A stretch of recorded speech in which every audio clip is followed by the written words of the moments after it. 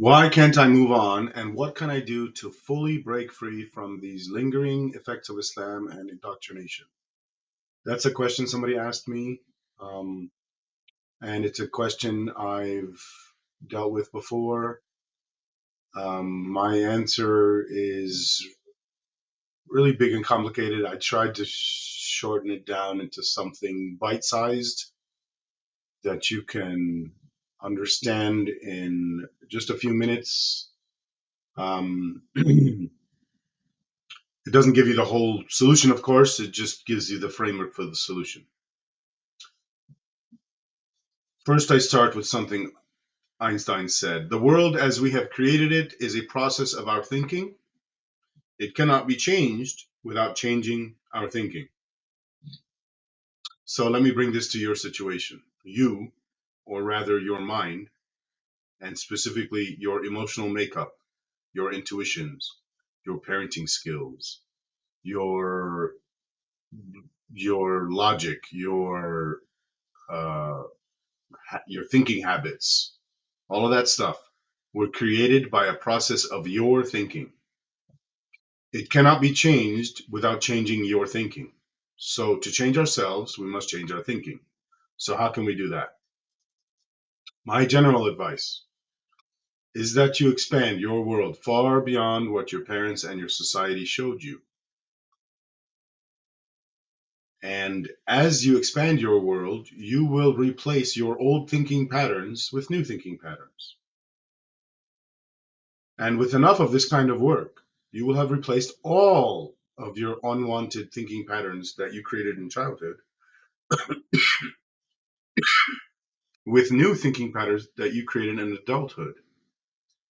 And I want to make clear, and I remember making this clear somewhere else in writing, I guess it didn't end up here, that some of the stuff that you created in childhood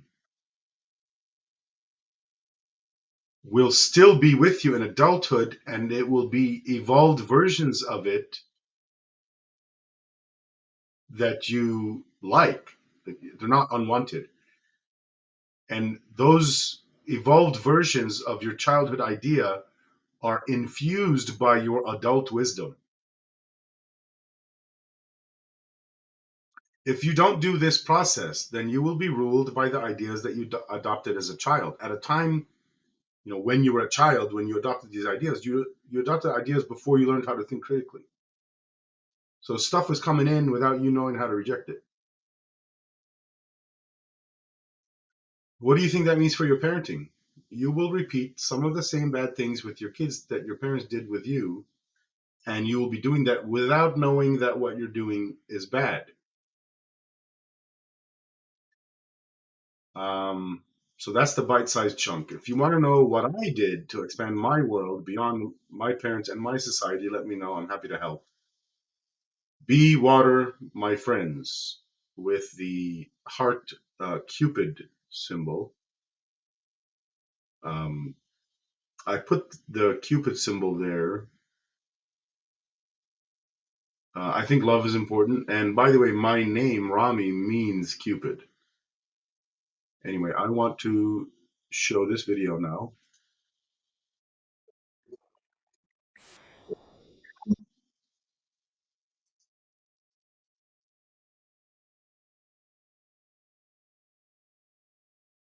You still think of yourself Chinese, or do you ever think of yourself as North American? You know what I want to think of myself as a human being, because I mean I don't want to sound like as Confucius say, but under the sky, under the heaven, man, there is but one family. It just so happened, man, that people are different.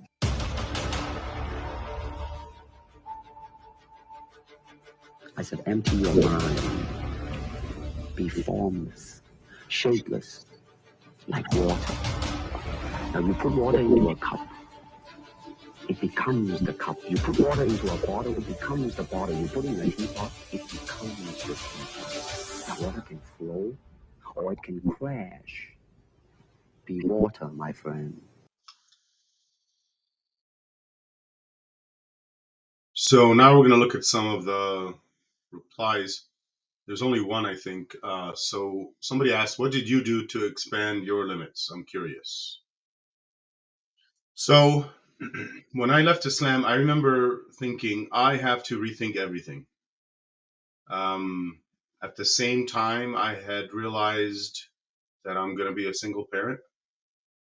And this was coming from a mindset where I thought really the mother role is the nurturer while the father role is the money bringer. And so that was a kind of a big shock for me. Um, I knew that I didn't want my kids to have an educational experience like I did. I went to public schools in America. Um, there's a lot I didn't like about it, and so I wanted to homeschool my kids. My conception of education at the time was very rudimentary, but I did know that philosophy was very important. Um, I also knew that I didn't know much about philosophy, so I knew I had to first learn philosophy to be able to teach it. So I started searching for books. I found a book about homeschooling which recommended the classical education. It's the education that Western people have been providing to their children, at least people rich enough to hire tutors, the right people. They provided this to their children from as far back as ancient Greece. And it's the education that produced the great minds of the Enlightenment, like Isaac Newton, Einstein, and the founding fathers of the USA. These people were significant to me because, well, I love physics and my country. Uh, and no longer surprising to me, the classical education agreed with me that philosophy was central, the subject that all other subjects depend on. Shortly after consuming that homeschool book, I found the philosophy book, The Beginning of Infinity by David Deutsch. That book is amazing. I recommend it to everyone. It's very dense, a lot of information in there, mostly all philosophy, some physics. Almost immediately, I learned that David Deutsch co founded a parenting philosophy known as taking children seriously. The main person there is Sarah Fitzclarage. I love Sarah. She's awesome. I love David too. I didn't mention that. I've talked to both of them. I love both of them. I spent countless hours reading and reflecting. This led to huge improvement in the way I interacted with my kids. There were clear improvements early on, but it took many, many, many years for much of the improvement to materialize. My daughters are now teenagers, and I think they're doing great. I recall recently my oldest daughter, 17 years old, telling me that she noticed that our relationship between me and her is far better than any of the relationship that she sees with her friends and their parents. She noticed, and even her friends noticed, that Mina doesn't lie and hide things to me, while all those other friends do lie and hide things from their parents. And this is something I already knew, but it was nice to hear it from my daughter. I highly recommend everybody learn this parenting philosophy, taking children seriously. You can go to their website. Sarah talks a lot on Twitter. You can learn stuff there. Um, let's see.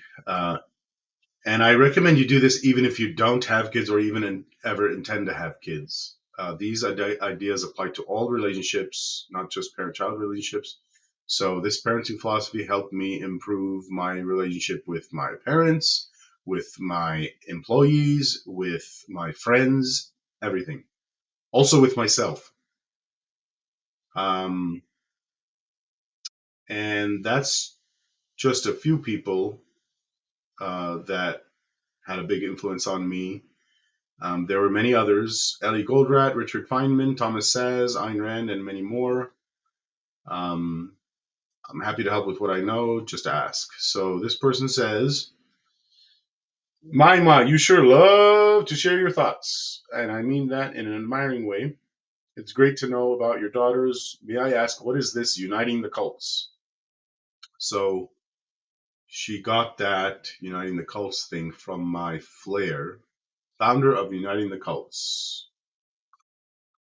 So I replied, it's a non-profit organization that I'm starting for a three-pronged purpose: be an agent of cultural change about apostasy and human rights more generally. First thing.